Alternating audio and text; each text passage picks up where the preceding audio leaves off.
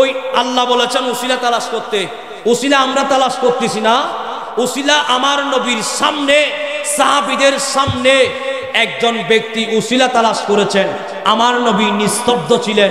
সুতরাং উসিলা ওনার মকাসদ, ওনার আল্লাহর দরবারে ফরিয়াদ করার সাথে ওই সাহাবীর উসিলাই ওনার মকাসদ পরিপূর্ণ হয়েছে। বড় করে বলি, আরো বড় করে বলি, এই ঘটনাটি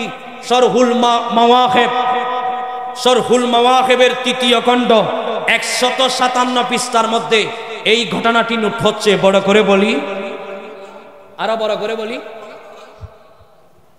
একদিন আমার নবী মসজিদে নববীর মধ্যে সমস্ত সাহাবায়ে কেরামকে নিয়ে আমার নবী বসে আছেন। বড় করে বলি, আরো বড় করে বলি, একদিন আমার নবী মসজিদে নববীর মধ্যে সমস্ত সাহাবায়ে কেরামদেরকে নিয়ে বসে আছেন। এমন সময় একজন জন্মন্ধ ব্যক্তি আসলো, এমন সময় একজন জন্মন্ধ লোক আসলো, এসে ওই মজলিসের মধ্যে গিয়ে আসসালামু আলাইকুম ওয়া রাহমাতুল্লাহ এরকম বলেছেন। বলার সাথে সাথে সমস্ত সাহাবীরা ওই সালামের জবাব দিচ্ছেন, ওয়া আলাইকুমুস সালাম ওয়া রাহমাতুল্লাহি ওয়া বারাকাতুহু। আরো বড় করে বলি, সালামের জবাব দেওয়ার সাথে সাথে ওই জন্ম অন্ধ ব্যক্তিকে আমার নবীর সামনে বসিয়ে দিলেন। বড় করে বলি, আরো বড় করে বলি, ওই জন্ম অন্ধ ব্যক্তি কিছুক্ষণ বসার পর উনি দাঁড়িয়ে গেলেন, বলতে লাগলেন, ওগো আমার প্যারা নবীর সাহাবীরা, শুনে রাখো, শুনে রাখেন, আমি তোমাদের মাঝে এই জন্য এসেছি, ও তোমাদের মধ্যে এমন কে আছো আমি জন্ম অন্ধ ব্যক্তিকে আমার নবীর মহব্বতে সহযোগিতা করবে। বড় করে বলি, সমস্ত সাহাবায়ে কেরাম ওই জন্ম অন্ধ ব্যক্তির কথা শুনে একে অপরের দিকে তাকাচ্ছেন। ওই বৈঠকের মধ্যে হযরতে সিদ্দিক আকবর ছিল। সিদ্দিক আকবর ওই জন্ম অন্ধ ব্যক্তি কথা শুনে দাঁড়িয়ে গেলেন, বলতে লাগলেন, ও এই ভাই, আমি আপনাকে আমার নবীর মহব্বতে আমি আপনাকে সাহায্য করতে পারি, বলুন আপনার কি সাহায্যের প্রয়োজন আছে।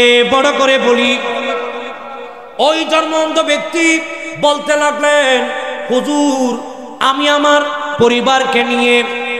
আমার পরিবারকে নিয়ে কয়েকদিন যাবত অসহায় অবস্থা আছি, এমনকি আমার স্ত্রী পুত্র কয়েকদিন যাবত উপহাস রয়েছে। হুজুর, আপনি যদি আমার নবীর মহব্বতে আপনি যদি আমাকে সহযোগিতা করেন, তাহলে আমার পরিবারের জন্য অনেক বড় উপকার হবে, আমি আমার পরিবারকে নিয়ে স্বাচ্ছন্দ্যে চলতে পারবো। এই কথা বলতে না বলতে সিদ্দিক আকবর ওই জন্ম অন্ধ ব্যক্তির জন্য সমস্ত খাদ্যের ব্যবস্থা করিয়ে দিলে।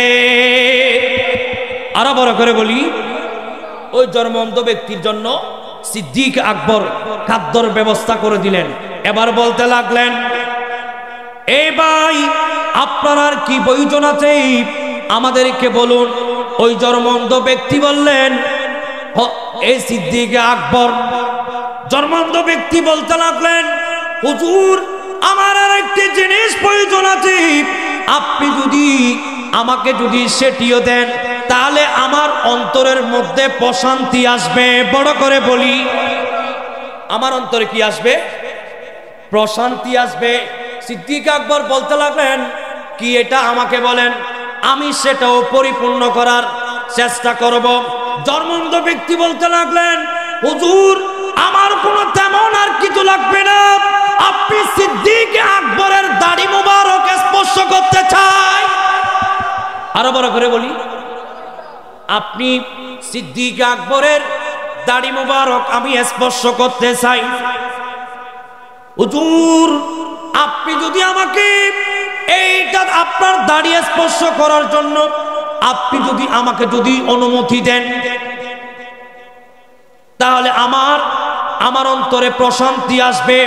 সিদ্দিক আকবর ওই জন্মন্ধ ব্যক্তির দিকে দেখে দেখে তাবাচ্চুম হাসতেছে, মুস্কি মুস্কি হাসতেছে। কিছুক্ষণ পর বলতে লাগলেন, এই ধর্মন্ধ ভাই, যাও, আমি তোমাকে পায়রুটি দিলাম, অনুমতি দিলাম, তুমি আমার দাড়ি মোবারক স্পর্শ করো। বড় করে বলি, আরো বড় করে বলি। সুতরাং এই অনুমতি পাওয়ার পরই, এই অনুমতি পাওয়ার পর, এই পারমিশন পাওয়ার সাথে ওই জন্মন্ধ ব্যক্তি আর দেরি করে নাই, সঙ্গে সঙ্গে সিদ্দিক আকবরের দাড়ি মোবারক ধরে ফেললেন।